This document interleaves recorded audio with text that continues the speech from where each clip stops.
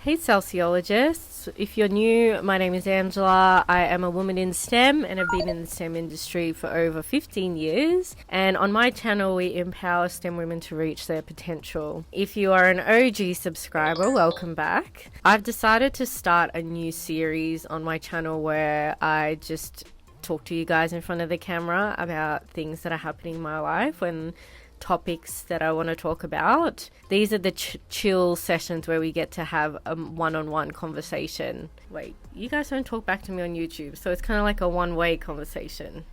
Does that make sense? I've been in the industry for a long time. I feel like I have a lot of wisdom to share with you guys. I know some of my viewers have been suggesting some topics for me, things like, imposter syndrome and overcoming that, and the barriers that women experience in STEM, and all of these great topics. And so now I can finally touch on those topics from my personal experience and, provide a bit of guidance on that.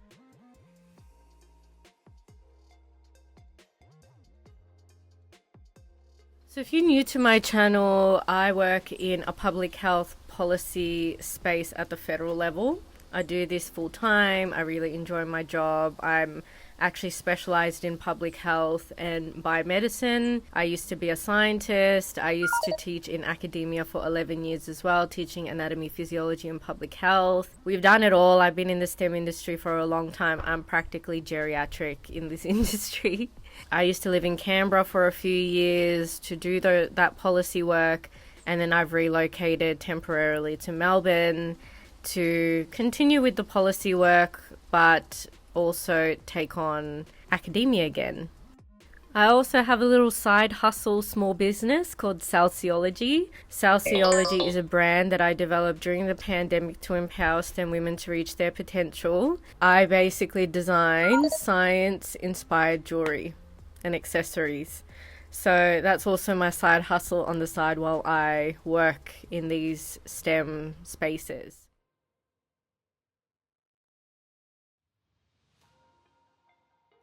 So the topic I wanted to talk to you guys about today was the academia side, the policy side. If you've been watching my vlogs, I was talking about how I was thinking about going back into academia again. I just wasn't sure how I was meant to balance it with my 9-to-5 full-time job plus the business. Today's journal is going to talk about an update on that. So as of today, I'll be working 3 jobs. I run the business, I'm in policy, and I'm also teaching at university again. All very exciting stuff. So yeah, today we'll be talking about how I did it, how am I going to balance my time. Juggling these types of roles is not something that I'm not used to. It's kind of weird actually. I thrive better in my life and in my career when I'm doing more than one thing. I find that when I'm focused on one aspect of my career only, I get very bored. It's very weird. I'm not sure if it's because I'm very used to juggling or I just require a lot of intellectual stimulation. I'm not very sure. But I've always really never liked the 9-to-5 and having such a mundane routine. I like my routine to be different, spiced up a lot. I like it to change every week. I like to dabble in different things and see all the ways I can earn more in more creative ways and explore that. I don't know, I'm weird like that. I always like to explore and test the boundaries a bit with how I can make money and what I can do to juggle more than one thing to earn money and to build a career from that. I just like to explore those types of options. Throughout our lives, we're always told that pursuing the 9-to-5 is ideal because it provides job stability and financial stability. Job stability and financial stability is very important in life. I know this for a fact. But I also believe that you know how to juggle your priorities, and if you're very organized, you can juggle more than one career and more than one hobby at the same time. There are actually a lot of women in the STEM industry who do what I do, where they have a primary career in the STEM industry, whether they're a health professional or scientist or whatever it is. Then they've got a side hustle on the side, or they're doing content creation on the side, modeling on the side. They're just doing a whole variety of things with their career and they're earning money from that. I just think, why do I have to stick to one career? Why can't I dabble in more than one? Isn't that what life is about? It's just like exploring your options.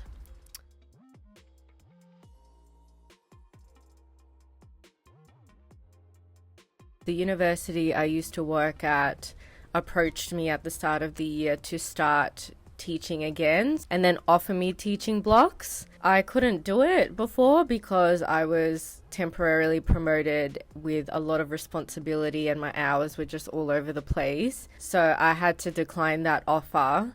After I declined that opportunity, I had a big think about it and whether I actually wanted to come back or not. And I did make the decision to do so. I was just thinking about how I was going to make it happen because, as you know, I work full-time in a policy position. I work 9 to 5. How was I possibly going to fit in teaching hours around that, considering that teaching hours occurs during business days as well? So I was just trying to do my research and trying to think of a way to do both. My work has a very flexible working hours arrangement as part of our enterprise agreement. If you don't know what an enterprise agreement is, it's basically the policies within your organization that state all of your benefits and work conditions, including things like leave and, when you're meant to be taking holidays and how much you get paid and, when you get paid overtime, like all of that sort of stuff. We have what we call a flexible work hours policy. We work 7.5 hours a day, Monday to Friday, which equates to about 150 hours a month. Now, how I work those 7.5 hours a day is up to me. So what that means is instead of working the equivalent of 7.5 hours each and every day and have them all spread out throughout the week, I'm just compressing them into longer days so that I have hours within the week reserved for teaching. So business hours for my organization is from between 7 a.m. and 7 p.m. a day. But I can work those hours in a flexible way between those time periods. And obviously there's some rules about how many hours you work until you take a break and things like that. So what I've done is I've compressed my hours this year. It's kind of like the opposite of being part-time where you drop, certain days so that you're working less. I'm working the same amount of hours, 150 hours a month, which is equivalent to what my full-time hours are. I'm just compressing them all into 4 days instead of 5.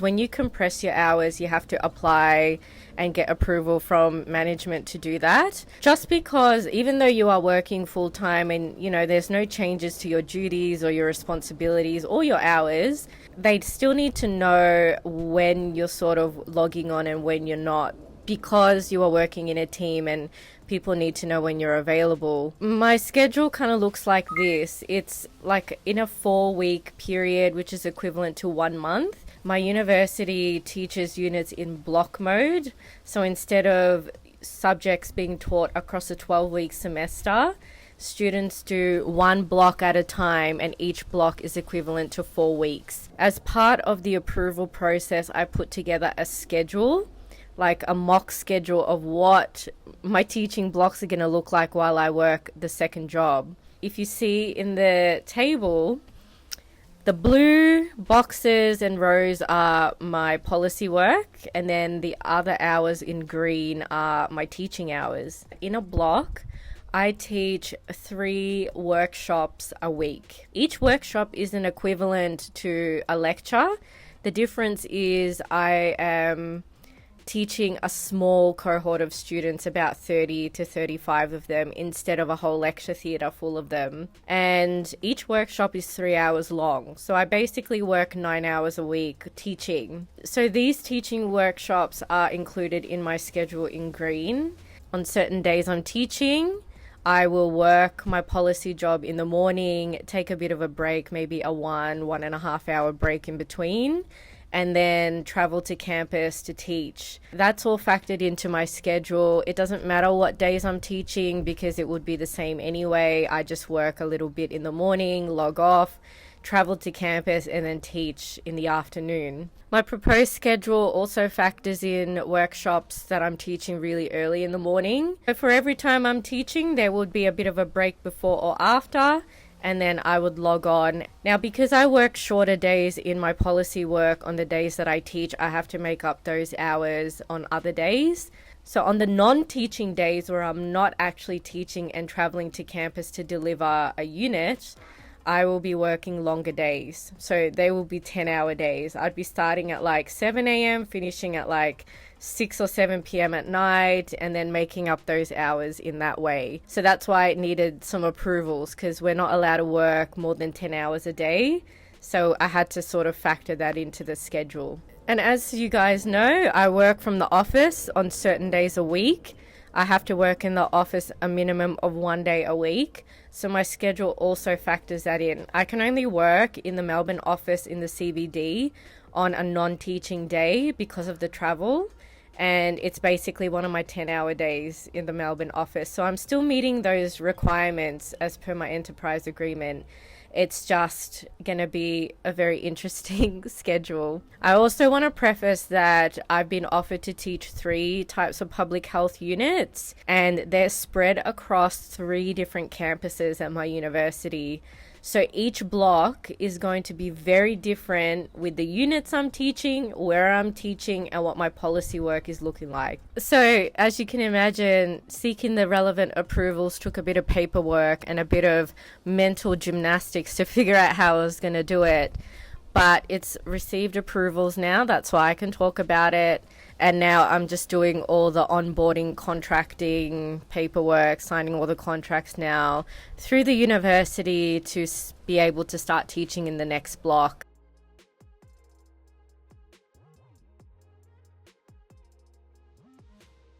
So you're probably thinking, Angela, why are you doing this to yourself and adding so much stress to your life? You know, I already had a work-life balance before. And I'm like, look, I ask myself that every day, but to be honest with you, there are a few reasons why I've decided to go back into academia on the side. One of the main reasons is income. Although I do earn a significant amount of money, I don't feel that it is enough to sustain my business, my lifestyle, my savings, and also the bills and, you know, supporting my family. Recently, I've been feeling a little bit demotivated because I know that I have a higher earning potential than what I could be earning now. As grateful as I am for a 9-to-5 job that has job stability and financial stability, I think one of my frustrations with working a 9-to-5 is the fact that I can't earn more than what I'm earning now. So if I wanted to work extra hours to earn more money on the side, I don't have the ability to do that. So my salary is sort of capped to a certain level throughout the year. And for someone like me who likes to work a lot and has the ability to work a lot and juggle more than one job and career at the same time, I felt a bit restricted with my earning potential. I know I could earn more, I just didn't know how I was going to make it happen. So I decided to take on a second role. Now, I remember when I was thinking about this out loud to certain friends and family, they asked me, you know, what kind of second job are you looking into? Is it like retail or bartending? I'm like, no. My bartending, hospitality and retail days are over. I've been in the industry for a very long time. I think I don't have to go back to those types of jobs anymore. Nothing wrong with those types of jobs. It's just that they don't earn a lot. And if I'm going to go out of my way and stress myself out with a second job and juggle that on top of my first one plus the business, it needs to be earning me a decent amount of money worthy of that stress and worthy of my time. So academia was the way to go.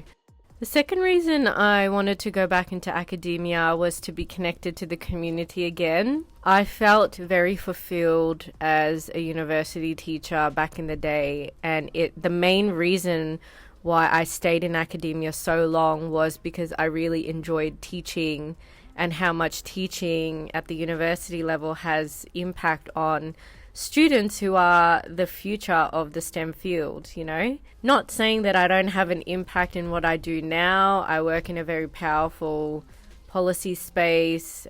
It's a very different type of role, but I always miss working at the community level. So for me, that's in teaching at a university level where I'm teaching the students face to face. Many of the students that I taught were first in their families to study at university.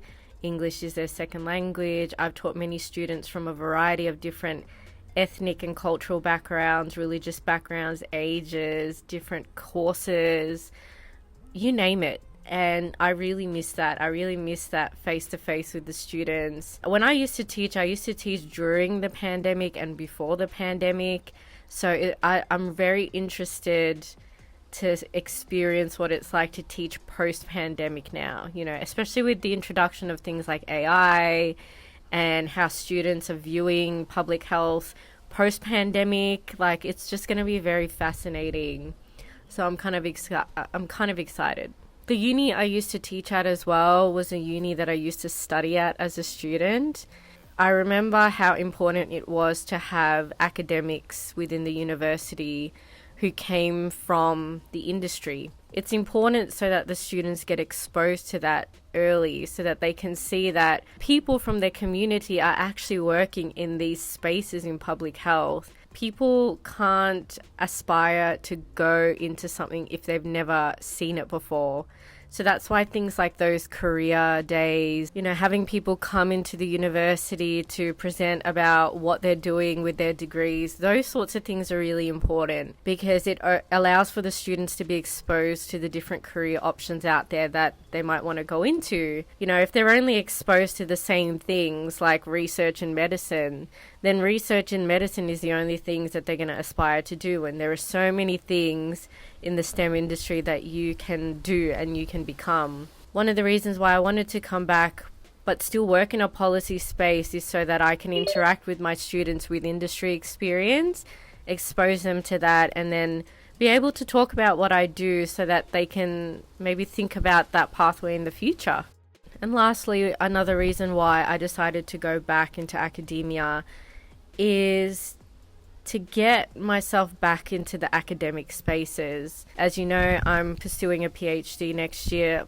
Don't even know what I'm going to do my PhD on. That's another thing on my to-do list that I have to figure out. It really helps being back in the academic spaces. I already have networks in these spaces, so it's, I guess, rekindling those networks again, letting people in that side of my career know that I am back in Melbourne, and then try and explore my options of where I can take my PhD. I've had some thoughts about the discipline and the area of research my PhD will probably be in, and it most likely is going to be in sort of the infectious diseases side, the pandemic potential side, and the bioterrorism side of public health. Melbourne has some of the best infectious disease institutes in Australia. So one of the reasons why I moved back as well was to align with those institutes to see if they would be interested in working with me, finding a supervisor to work with me on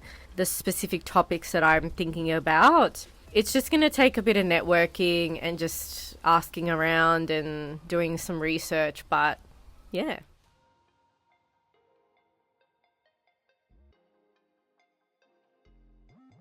Now that the academia side and my work policy side is established now and we sort of understand how it's all going to work, I'm now looking for a new place to live, because in order for me to manage that schedule where I'm working 10-hour days and I'm working across campuses on different days, I have to have a very strict and diligent routine, like daily routine that I have to make sure that I'm organized, I'm on time, and I'm close to these campuses and the offices so that I am being really efficient with my time. So my aim is just to lock in when the blocks start and just make sure that I am as efficient as possible with managing my time, my business, and the 2 jobs so that I can earn as much as I possibly can in a short period of time. I want to be able to increase my earning potential this year. That's my goal. And there's no better time to do it than now. I'm low-key very excited. It's nice to go back into teaching. I really, really love teaching. I actually forgot how much I loved it after working in a different area. Not only am I going to start a different chapter, I'm also going to be able to vlog this new side of my life that you guys haven't seen before and introduce you guys to that side of my life now through the vlogs. You guys will get to see everything from when I'm working one job to another, how I prepare for a class, and all the different things that I do, all the nuances of academic teaching. You'll get to see it all in the vlogs, and I'm excited to share that with you. So anyway, I probably have rambled too much in this journal video. So thank you for watching. If you have any questions about anything I've spoken about in the video, please leave it in the comments and I'll do my best to answer it through the vlogs or through another one of these next time. If you have a topic in STEM that you want me to talk about, please put in the comments below. This is what this journal series is going to be about, talking about different topics. I'll see you guys in the next video. See you later. Bye.